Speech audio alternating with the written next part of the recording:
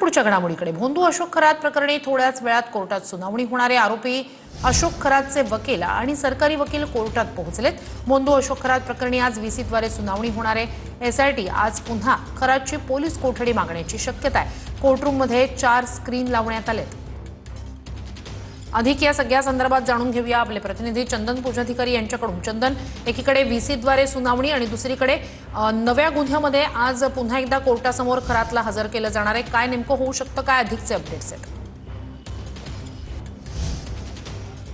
श्रुती, पुढच्या काही वेळात या ठिकाणी कोर्टरूममध्ये सुनावणीला सुरुवात होणार आहे।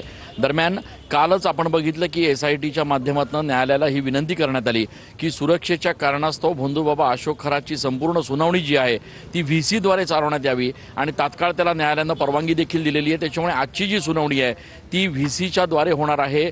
हा जो भोंदूबाबा अशोक खरात आहे तो व्हीसीच्या माध्यमातून कोर्टरूममध्ये या ठिकाणी दाखल होणार आहे आणि त्याच्यामुळे त्याची तयारी जी आहे ती या ठिकाणी सुरू झालेली आहे। जवळपास 4 स्क्रीन जे आहेत ते कोर्टरूममध्ये लावण्यात येणार आहेत। इंटरनेटचं कनेक्शन या ठिकाणी चेक केलं जात आहे। त्यासोबतच सरकारी वकील आणि आरोपीचे वकील हे दोघंही आता दाखल झालेले आहेत। त्याच्यामुळे सुनावणीला पुढच्या काही वेळात सुरुवात होणार आहे।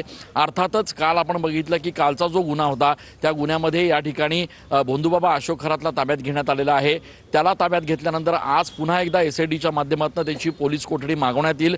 त्यासोबतच हे सुद्धा पुरावे सादर करण्यात येतील की आतापर्यंत जो तपास झालेला आहे त्या तपासामध्ये नेमकं काय काय समोर आलेलं आहे। त्याच्यामुळे आजच्या या संपूर्ण सुनावणीकडे सगळ्यांचं लक्ष असणार आहे। सगळ्यात महत्त्वाचं म्हणजे पहिला जो गुन्हा होता त्या पहिल्या गुन्ह्यामध्ये पोलीस कोठडी पूर्णपणे संपलेली आहे। त्याच्यामुळे त्याला न्यायालयीन कोठडी सुनावण्यात आलेली आहे। मात्र असं जरी असलं तरी भोंदूबाबाला पुन्हा पुढच्या गुन्ह्यामध्ये आता ताब्यात घेण्यात आलेलं आहे। एसआयटीच्या माध्यमातून त्याचा देखील तपास सुरू आहे। त्याच्यामुळे पुढचे काही महिने हा संपूर्ण क्रम जो आहे तो असाच सुरू राहणार आहे। त्याला ताब्यात घेतलं जाईल, मग न्यायालयीन कोठडी सुनावणी जाईल, परत ताब्यात घेतलं जाईल। त्याच्यामुळे जवळपास 11 गुन्हे त्याच्यावर दाखल आहेत आणि त्या 11 गुन्ह्यांच्या तपासासाठी एसआयटीच्या माध्यमातून त्याला सातत्यानं नक्कीच चंदन, तो सुनावणी संदर्भातले अपडेट्स घेत राहणार आहोतच। तुर्तास धन्यवाद।